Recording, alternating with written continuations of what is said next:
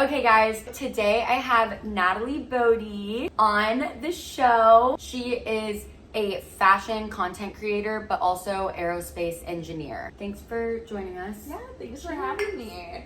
Of course.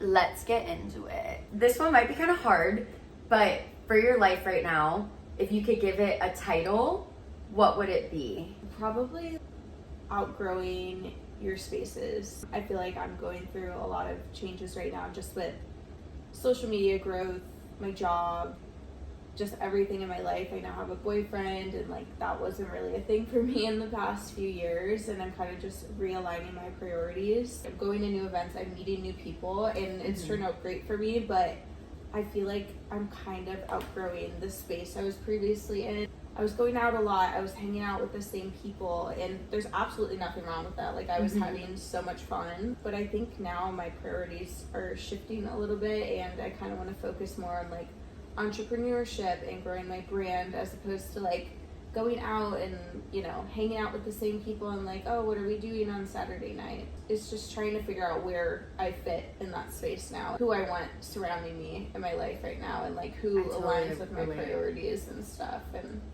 yeah, weird time, but great for growth. You are going through this change and this shift.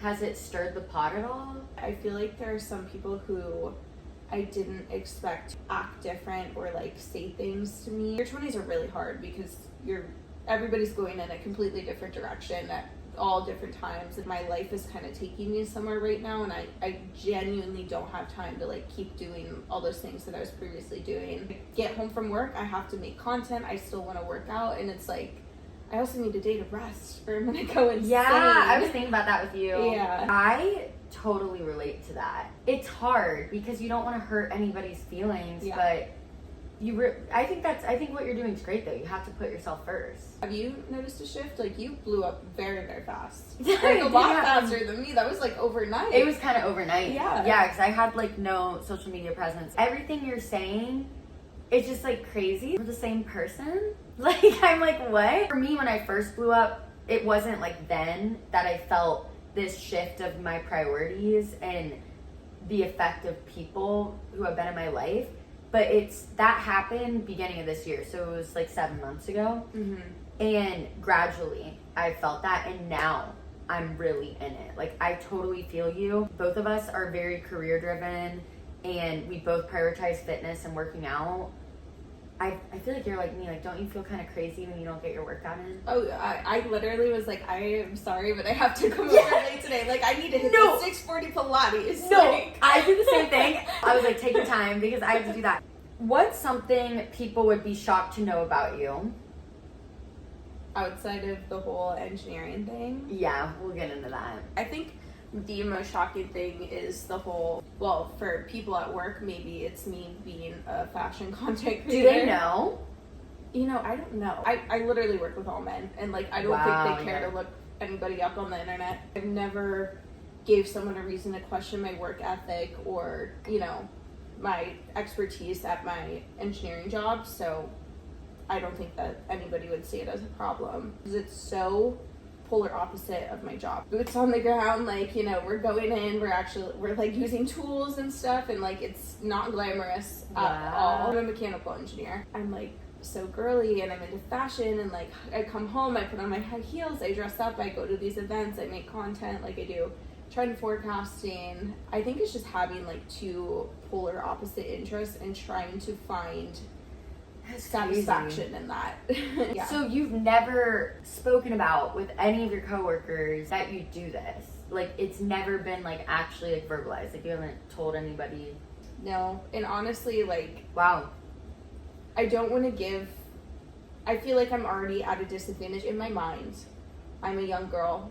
I'm the only girl on my team. If people knew this about me, they wouldn't take me as serious. And so I kind of try to keep it separate. And I know that's a silly thought, but like, it's a very real one. With your job though, can you describe it one more time? You said mechanical engineer. Obviously, don't say where you work, like, but can you like describe your job a little bit so everybody like understands?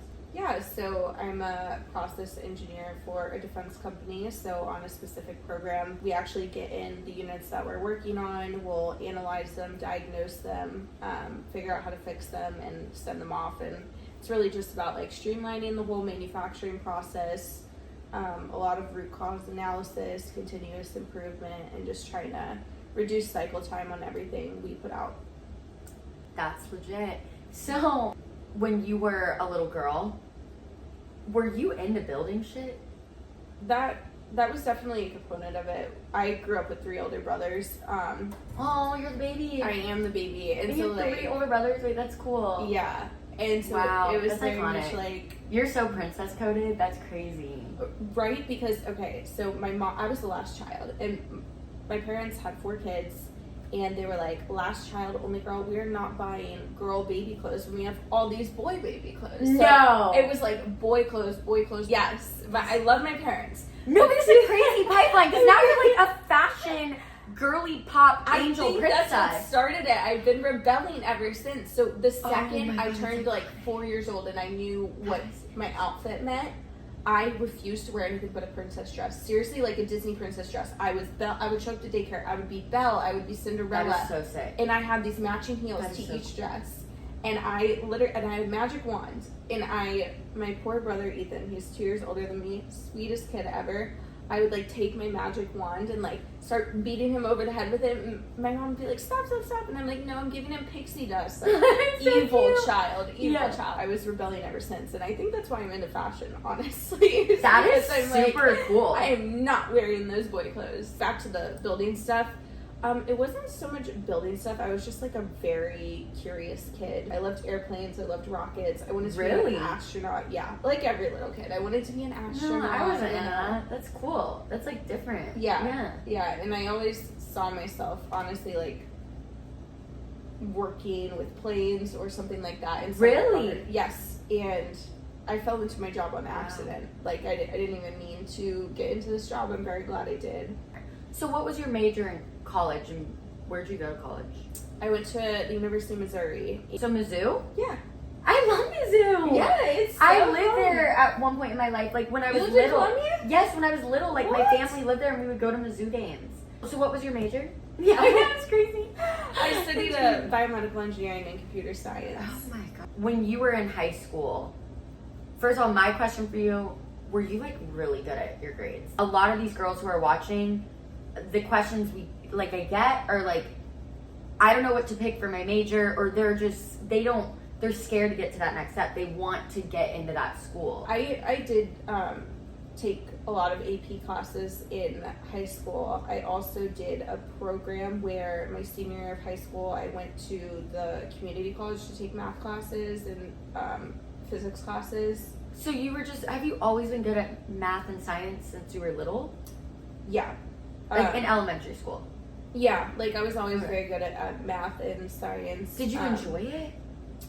Like those subjects? Like did you like those classes? Were you like, this is fun? Yeah, I don't know if enjoy is the right word, but like it came easy to me, so it didn't really matter. I was like, oh, like this is pretty easy for me, and like it'll look good on my resume, so I just did it.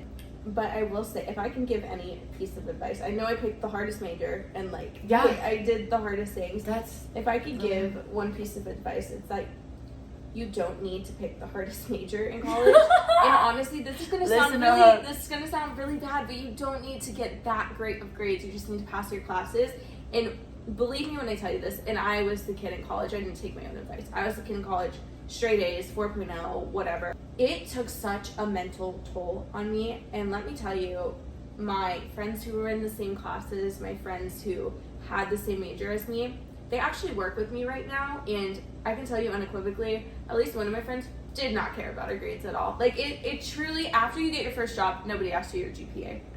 okay. Get that first job, and You have a really critical field that you're in, and you saying that means a lot. And yeah, so what about in high school though? Did you have really, really good grades in high school too? I did. I will say, try to get good grades in high school and try to get a good standardized test score just so you can get scholarships. Like, college is expensive. that, and for no reason other than college is expensive. It will propel you so much, and you will be so thankful when you have like minimal student debt, or you know, your scholarships covering most of your tuition. Like, I promise you, put the work in, grind to get a good standardized test score, write a good essay, and like, you will be fine. Did you always know you wanted that to be your major though? How did you pick that? No. Oh my god, it was a classic case of I don't know what I want to do with my life. One of my brothers was in medical school at the time where I was in high school, and I was trying to pick my major, and I was like, I look up to him so much, I still do, and I was like, oh, I want to go to med school. And so my freshman year, and that's why I took all these classes. My freshman year, I actually went to University of Illinois at Chicago, and I was in this program called GPPA, and it was, and then I changed my mind. I wanted to go to pharmacy school. Classic case of I don't know what I want to do with my life. And I was freaked out at 18 years old. Like, I have to determine what I'm doing for the rest of your life. No. My freshman year, I was in this, like, direct admit pharmacy program. I was going to go to pharmacy school. And then I got there, and I realized I shadowed a pharmacist after I picked my major. Do that before you pick your major. And I realized I would absolutely hate my life. And so I was like, I have to do something with all these math and science classes. And I was like, oh, my other brother's an engineer. I guess I should do that. And not that I was ever planning to use my engineering degree. I was going to go into consulting. I was like, you know, I'm good at talking to people. I am social. I also have these technical skills. I want to go into consulting. And then my consulting job got pushed back a year. I cannot be jobless for a year. And so I was like, well, I've been trying so hard all my life to not become an engineer. Maybe I should just become an engineer and see if I like it. Like, I was totally writing it off before I even actually had my first engineering job. And I got this job. I got a great job. I truly love my job. Like, I couldn't have asked for anything better. And I've just been so happy with it ever since. So if I can give one piece of advice, it's try the things even if you don't think that you will like them. Like, I did not expect myself to be an engineer.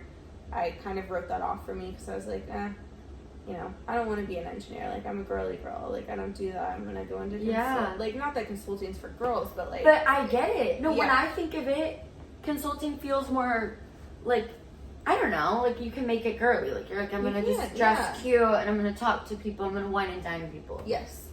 I get it. Yeah. How did you get into sales from like acting? Yeah. Well, both of my parents did sales, and I wanted to be an actress. So for not even 6 months, I'd say like the summer post grad, I had an agent. I was a cart girl at a country club, and I was a dance teacher, cart girl at a country club, and I had an agent, and I also babysit. I felt like I was more than just a cart girl at a country club.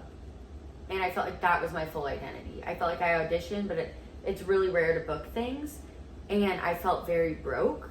And I felt very stuck. And my parents are the type that they supported me all through college. But once me and my brothers are done with college, they say you have to figure it out.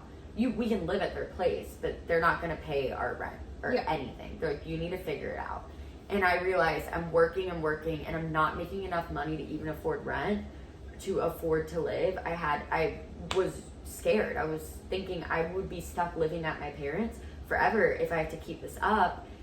And I just realized I really like business, and my major was acting, so I didn't think any real corporation would take me. For me, a corporate job was a pipe dream. And I had no business knowledge, but I always liked business. And I just was like talking to my dad, and he said, you should really try for sales because of my personality and how I can connect with people. I didn't get that sales job though. I had to work for a member at their little like commercial carpet cleaning business, and that wasn't even like a real job. He was paying me $10 an hour. It was something to put on my resume to get noticed on LinkedIn by a recruiter. And then the first job was a sales job, of course, because they're always looking for people. And I took it so serious. I just started my sales job, and I loved working, and I'm super competitive, and I sold my ass off. That job, the salary was $35,000. I W-2'd that year $90K at like 22 years old, like with walking with the $35,000. And I don't know, I have a love-hate relationship, but I got into it. You kind of spoke about this earlier, but I actually want to dive into it again. So you mentioned earlier that you don't want them to know at work that you're a fashion content creator because of not being taken seriously. Do you feel like at work you have to constantly prove yourself? Do you feel like you put on a persona at all? It's not that I don't want people to know, it's that I don't want to advertise it.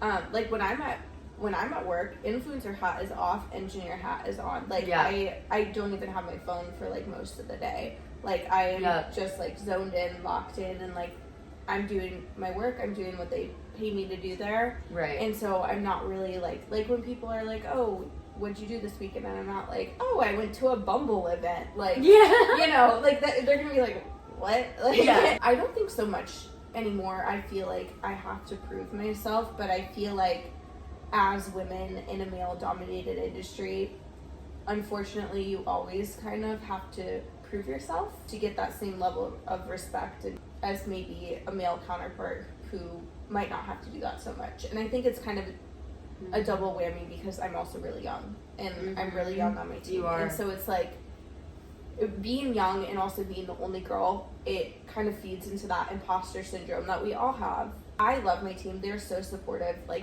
nice. Absolutely. It's not like I feel like I'm ever proving myself to them, but maybe external people who don't know me and who don't know my level of competency. And I'm like so scared, you know, I was so scared to like make a mistake or misspeak or mistype an email because they'd be like, oh, like who's this girl?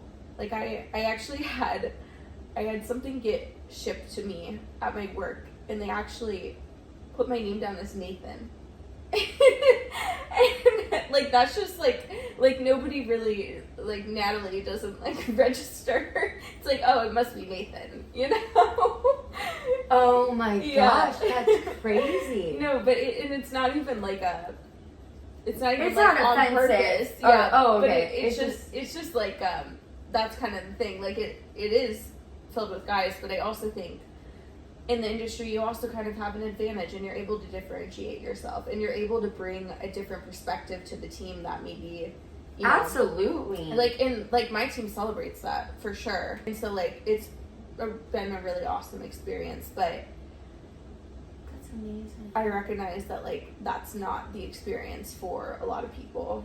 Like the industry you're in, being male dominated and having to feel like you have to prove yourself, but it sounds like you have a good balance with it and you don't necessarily feel that at your company. But it kind of brings up the question of just like confidence in general. You seem like a very confident person, so like obviously like you are, so that's why I want to ask you, like, for you, what does confidence mean to you? This is kind of an elusive question, so just figure out what you want to.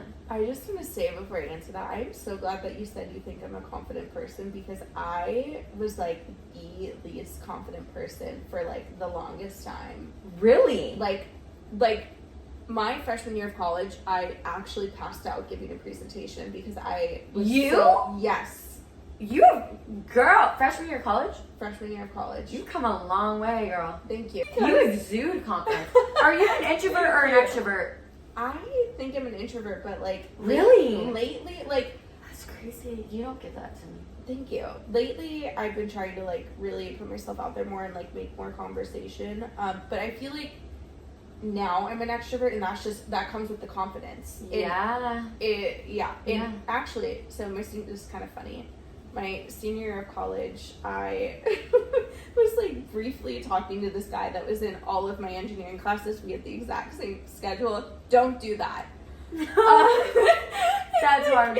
He like invited me to this concert, so I'm like, yay! I like show up to the concert. He's like, actually, never mind. But I already had tickets with my friends, so I was like, I'm still gonna go. This was like a week-long thing. Okay, nothing serious. Yeah.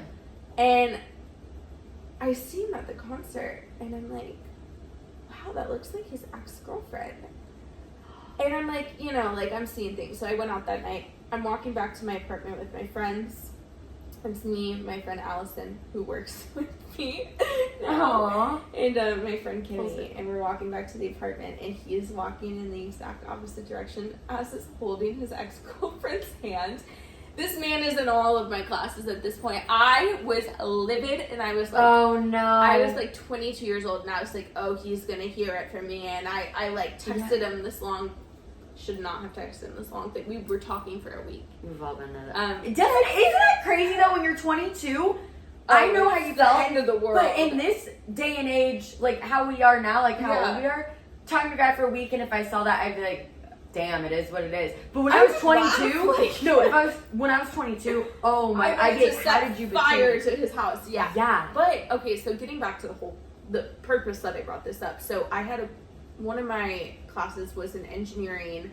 It was like a FDA regulated. I don't even know. But anyways, you had to give a presentation every single week. Well, he was in my class, and it was a class of 10 people.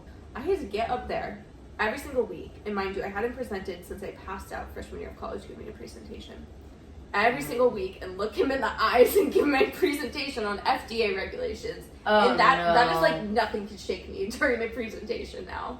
That is gonna make you like made of steel, for sure. I want to dive a little bit more into your like fashion side. Thank you for sharing all that. I feel like we really dived into your engineering side, and that side of you, which is like super interesting. I feel like, you know, people don't get to see that a lot from you. I want to talk about micro trends. What is your opinion on micro trends? Can we start there? I think everybody has a different definition of a micro trend. That's true. But for me, I guess starting to define it would be something that's going to be out of style in 2 months. Like those ugly mesh ballet flats. Like, I don't even know if I've seen them. Oh, yeah. You'll notice them now. It was like a thing during spring. Those are not going to come back next year. And so it's like a variation of a certain style that's like super niche, like those sequin leopard print shorts. I had them. I loved them. Like that's a micro trend I wanted to participate in because I was like, I can wear these to festivals. They're cute. They're fun. Yeah. Or for Halloween if you want to be a cat. Yeah. Seriously. No, they're cute for the outfit or like a festival. Yeah. But you knew buying that. You knew this isn't going to live with me forever. 100%. I'm doing this for my event. Right, and that's why I didn't spend $1 million on it. It was like $30 or $40 for a pair of these little sequin shorts. But my opinion on micro trends, I think buy whatever you want and spend your money however you want. Absolutely, yeah. So like, first of all, I'm not going to tell you what to buy, but if you want to go into your closet and be like, I have something to wear, instead of like having a closet full of clothes and being like, oh my god, I have nothing to wear. That's because everything you're buying is a micro trend, and you're like, this doesn't go together. This was like, is this still in style? So you want to be able to walk into your closet and have those fun pieces, have those micro trends, still feel fun, on trend, cute, but you also still want to be able to like have a good base of your outfit that you know will be with you for the next 10 years.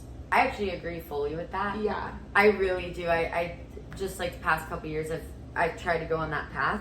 Now, on that same vein though, I love everything you're saying, but with the micro trends, we could also call that fast fashion. Like you probably used that term. Do you think, I feel like there's been a lot of talk around build that capsule wardrobe. Do you think that micro trends, fast fashion is dying out, or are we still going to have to deal with it?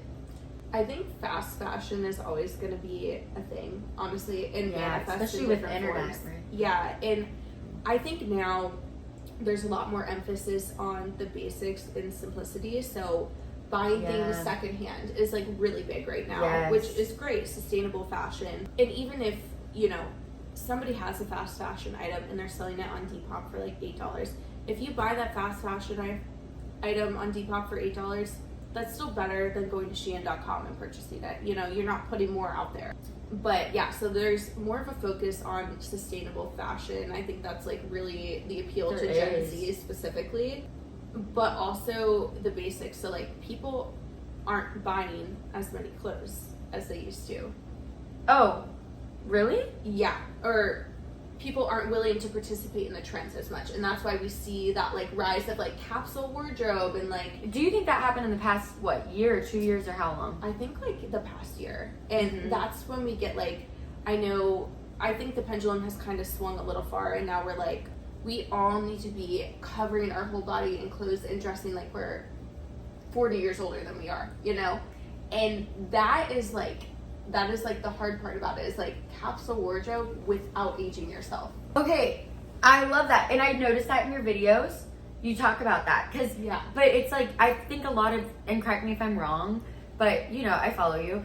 I feel like your audience asks you a lot, okay, I just graduated college, but I don't want to dress like I'm just going out to my college bars. Yeah. Like but it is that you're helping them find that balance between, I don't want to look like I'm a mom right now, because I'm not, but I also don't want to look like I'm 21 going to the bar with a fake ID. Right.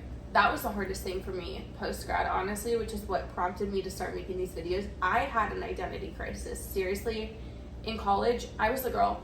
5 addicted packages. I had like Princess Polly packages all the time. I had all the going out tops. My friends would come in before we would go out. They would come into my closet. They would be like, "Oh, I didn't bring my outfit because I'm just gonna shop Natalie's closet tonight," and I loved it. Wow, I loved having the closet. And then I got into the real world, and I was like, I cannot wear this neon corset to my engineering job. So like, what am I going to do? And then I was like, I guess I'll wear this sweater. And then I was wearing like a sweater and jeans every day. Not that there's anything wrong with that, but it didn't feel like you though. It didn't feel like me. And on top of being in an engineering job where nobody looks like me, and you know, I'm not surrounded by any girls, and it was such a hard first year out of college. And honestly, fashion, and like, it sounds silly, but like fashion and like finding my style and being able to express myself in a way that's not corporate inappropriate and also still feels like me was like just what I needed to still feel confident and fun,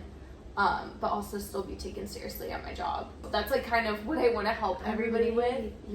But it's like, that transition period is rough. The first year out of college, rough, honestly. No, it's so hard. Do you suggest spending more money and investing in really good quality basics? Or do you think you don't need to spend that much and you can still find something that looks good? I think it really, I hate saying it depends, but I think it depends on what you want out of your closet, first of all, and what the piece is. So for instance, a wool coat, you're not going to get that same warmth and that same durability versus like a polyester coat that's $40. You know, like you might need to spend that $200 to $500 on that coat that you're going to have for 30 years. Other than that polyester coat that it's not going to keep you very warm, and you're going to have to buy 4 other coats because it doesn't keep you warm enough. Yeah, true. But for instance, a plain white t-shirt, you could buy, I actually just bought one. You can buy a Hanes $8 plain white t-shirt on Amazon right now for $8. And like, that is fine for me. You know, I don't need like a designer white t-shirt, but like a cashmere sweater. You can find cashmere a little bit cheaper, but cashmere is always going to be pricier than the plasticky material that's typically in fast fashion sweaters. And that's what I'm wondering. You think it's worth it? Because you see a difference. If I get a sweater, let's say it's a cardigan. A cardigan, I'm going to say addicted. That's kind of borderline fast fashion, like it is, you know? Yeah. I'm not saying there's anything wrong, but okay, you get the light blue cardigan from Addicted instead of getting that light blue cashmere from like Anthro, or it could be anywhere. Yeah. And do you see a difference? I do. Me too. Obviously, I see the difference. No, I do too. But I also think like, okay, light blue, that's not a color that you're going to wear every single day, right? Oh, she clocked me. Right? No, that's it's not true. a color that you're going to wear every single day. And so maybe the cream one. Right. A cream. Maybe you buy the cream Anthro sweater, but the baby blue Addicted sweater. And that's like the balance in your wardrobe. It's like, okay, am I going to wear this frequently? If the answer is I'm going to wear this like at least once a week, spend the extra money. If the answer is I'm going to wear this like once a month, don't waste your money. Like, seriously. Okay, I just want to pivot because I have a burning question for you. It's a little nuanced, but there's been a lot online about, and okay, disclaimer, when I ask this question, I'm not trying to make it super political. It's strictly about fashion, but I do want to know if you think this is true or false or just your opinions, okay? This is not like super political when I say this, but as you know, like, it's now the conservative party is like in house right now in the US, and people online I've seen multiple videos and people are saying now we have the Republican Party in house conservative party, and people are noticing a shift. People are saying this online about modesty. Like, people are dressing very modest, and there's a lot of, not just that, there's judgment. And I personally, like Nat, I saw a video yesterday of a girl. She wasn't old by any means. She was like mid-20s, and she was talking to camera, and she was saying, I don't understand the girls who go to the gym and you're wearing the bra top and the shorts. I saw that. No, like, really? Girl. Okay. Like, but my thing is, in my opinion, we would have not saw that video a year ago. no. And now people are saying this. So do you think what's going on in politics, in the world, do you think that is affecting, and people don't feel safe? Is that why they're dressing more modest? Do you think it's because this party is now in power, so it's like, okay, we have to do this? What do you think? Like, do you think it's like tied to that? That's a really good question, and honestly, like, I have seen a lot of videos about that, and I don't know if it's specifically from the political party, but I do think it has to do a lot with economics. So you don't think it's politics, you think it's economics? I think they're kind of They're intertwined. Yeah, they're intertwined for sure. But I mean, for instance, the stock market, the US dollar, extremely volatile right now. In the Great Depression, skirt lengths, actually, you know, it was like the roaring 20s. We had the flappers, the tiny dresses, and then the Great Depression, skirt lengths, you'll notice they got longer. And trad wife, it was seriously like a thing. And like, that's tea. You know, we call it trad wife now, was like a thing. Like, people are dressing very modest. And I think it's like a defense mechanism or a way for women to feel safe. They're like, oh, I can't afford anything, or like things are getting more expensive. Like, I want to be a wife. I want to be like a homemaker. And that's not what I'm saying is happening right now. But it's really interesting, like, oh when, God, that's crazy. yeah, like, it has a lot to do with economics, and you wouldn't think fashion has a lot to do with economics, but like, you'll see this trend, and now, This you is know, enlightening. things are volatile. Like, it's extremely volatile. People can't afford to live. Like, rent is really expensive.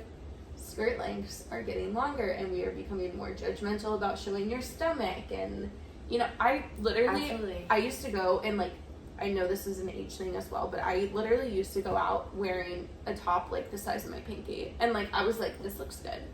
Like, and nobody judged you for it either, because half of the people were doing it too. Like, even in Chicago, even now, you go out in Chicago, people are dressed like they're going to a business meeting. And You notice? I do notice it. Like, people, and I'm all for, I love a blazer, I love a belted blazer, I love dressing classy and cute. Mm-hmm.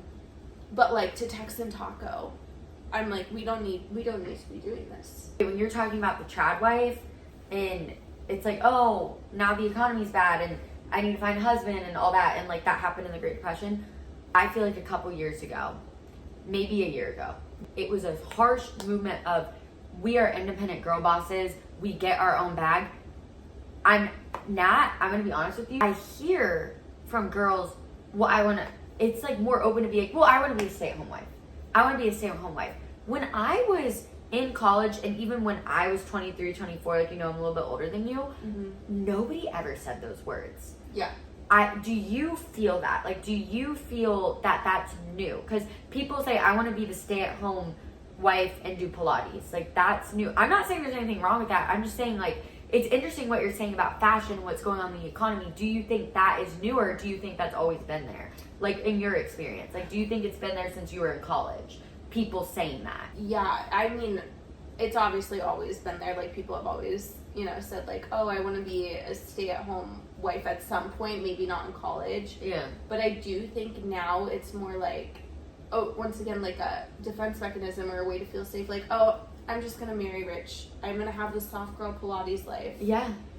And again, I think that has a lot to do with economics and like glamorizing this, like, oh, I don't want to work because things are hard, and like, you know, trad wife is coming back, and like, I'm gonna have a soft girl Pilates life, and there is nothing wrong with that. I love a soft girl Pilates life. No, me too. Like, I just want to make sure I'm not criticizing. No, there's this no right shade, but this is an interesting subject to talk about, because I didn't see this post grad for me. Yeah. Every girl I knew post grad was oh no, I'm not relying on a man. I'm making my own money. I'm making my own money. There's nothing wrong with either or. I just find it interesting. I do too. And have you, not to like stretch, I haven't actually done any research on this, but it's interesting when you think about the popularization of certain workouts and the economy. Like, for instance, now, Pilates. Pilates is in. It's huge. Being skinny is in. It's huge. Trad wife is in. I want to say 2020, it was like Barry's boot camp, HIIT classes, like boxing, like we big butt. were big ass butt. Yeah. Like BBL era. And it's just such an interesting, like, I don't know. That I is feel like so interesting. They all have It some wasn't sort of the tie. economy better then in 2020. Well, before COVID. Sorry, 2019. Yeah. 2019. It was. I will say 2019 was when I worked my first sales job, my first corporate job, and the economy is booming. Yeah. My rent was $900 and I was making $90K a year. Girl, think about how much I was pocketing. Oh, Yeah. that's crazy. Yeah. It's never been like that since, but like, it's like now I feel like I used to say a couple years ago 75K is a new 50K, Mm-hmm. like in the economy. Now it's like feeling like it could be 90K in a way. You know what I mean? Like it's just like it's different. Yeah, 6 figures is the new like 50K. Seriously. No, like, it is. Have you ever felt like you're not fashionable enough? Are you worried when you leave the house? Do you feel like you always need to be fucking dressed up? Like, well, like right now. like, no, this is cute no, though. What is that, Aritzia? That's you. It is actually. I knew it! I love clocked that T. the TNA. No, that's so cute. Girl, if it's a fit. But pressure, the answer is absolutely. Like, I feel pressure all the time. And not to leave the house in a perfect outfit, but Okay. to make sure that I am always staying up with the trends. And, like, let me just, like... It's a lot of work. Not up with the trends in terms of my wardrobe, because I don't love following a bunch of trends. I love, like, you know, looking cute and fashionable, but, like, you know, we were talking about micro trends. I'm not really super into that. My work schedule, I get up at 5 in the morning every day. I take the train to work. Crazy. I have to commute out of the city. The train gets there at 7 a.m.